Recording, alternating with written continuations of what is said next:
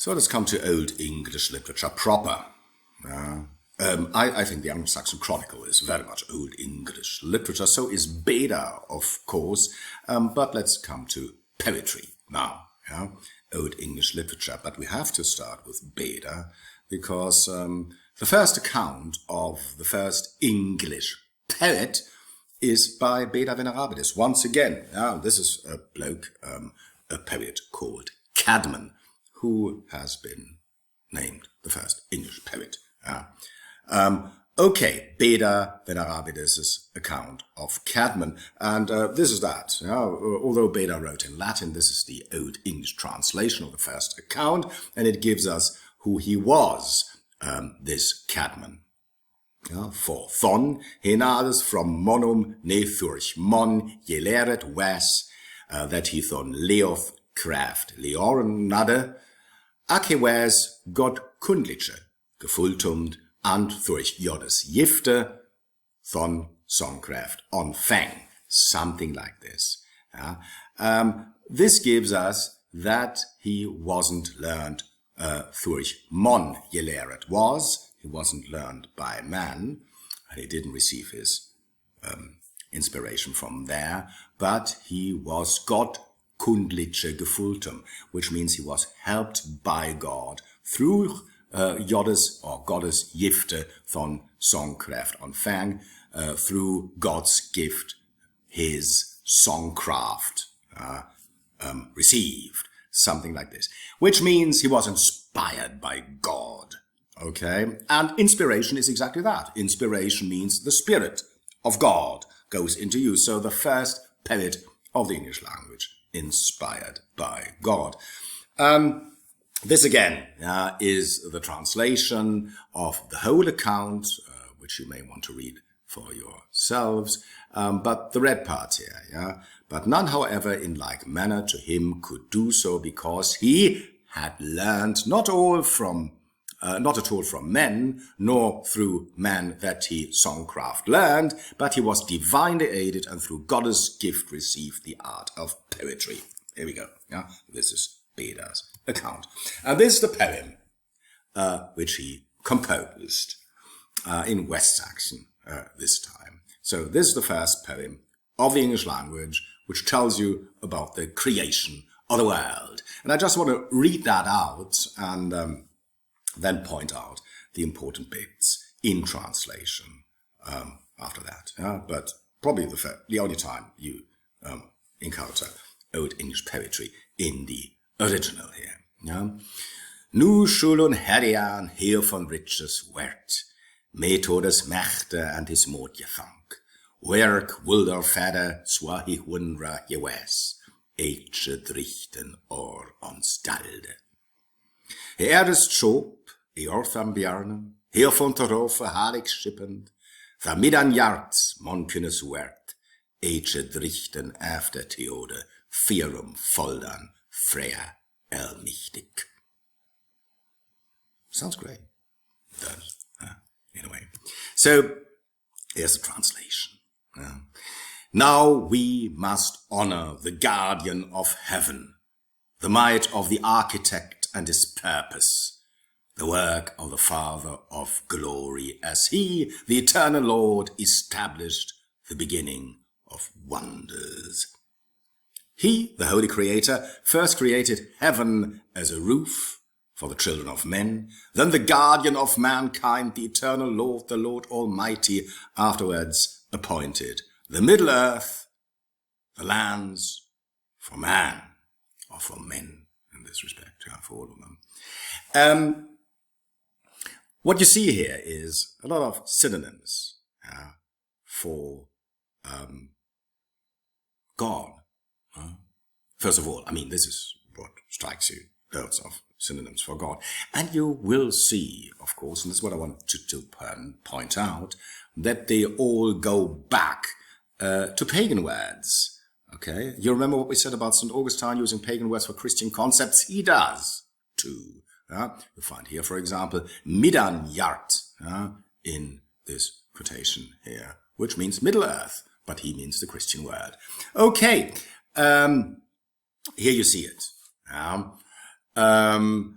First of all, it is indebted to heroic poetry, insofar as you have 2 lines and a caesura in the middle and 2 half lines. Okay, nun schulon herian her von riches wert.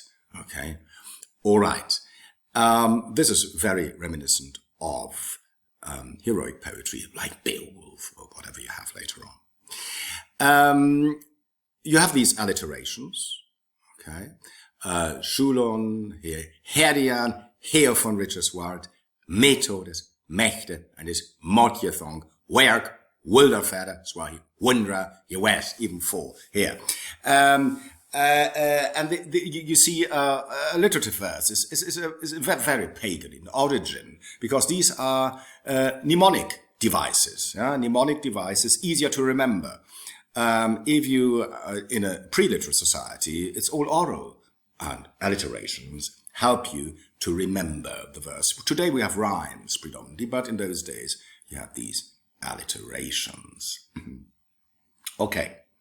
And you have these heroic concepts, as I said before. Wuldorf Vader is the glory father. We use that for Lord, for the king, right? For God. Okay, Drichten, the same thing. Drichten. Yes, Mordjethank, is even something like courage, hard thinking, a pagan concept as well. Anyway, so it's Midgard, as I said before, Middle Earth. What I want to say here is, although it's a Christian content, it is indebted to heroic poetry by form, alliterations, half lines, okay, which together form 1 line, and then it is spiced with synonyms for God and other concepts which are taken from heroic, from the heroic world picture, if you like. Okay. So, most Old English poems can be classified as elegies. You can't read elegy, elegies. Elegies are dirges in English.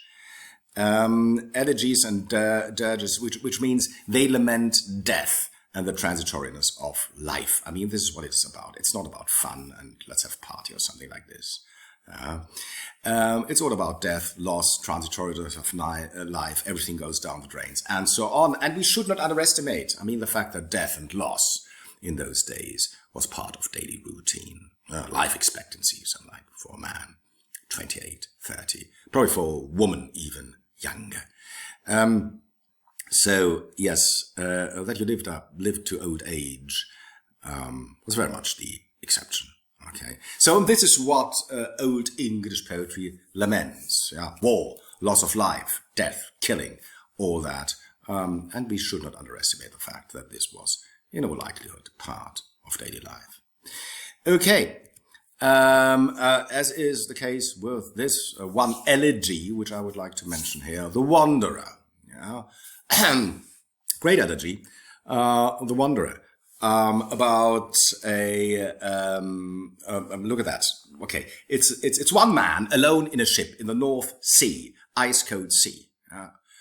In winter, icicles hanging from the mast, and there are seabirds, always whales, the whale road, which is the sea. Alone, and what happened to him is terrible. He is probably the last survivor of his tribe.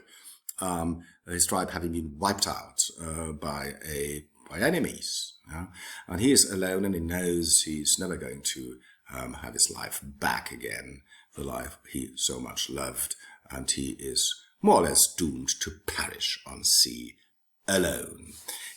So the Wanderer has been credited as being the first dramatic monologue of the English language, somebody speaking in a monologue about his personal hardship as a sole survivor on the ice-cold sea. And the worst thing happened to him, the worst thing that can happen to a warrior, he survived his lord, which means he hasn't done his job properly.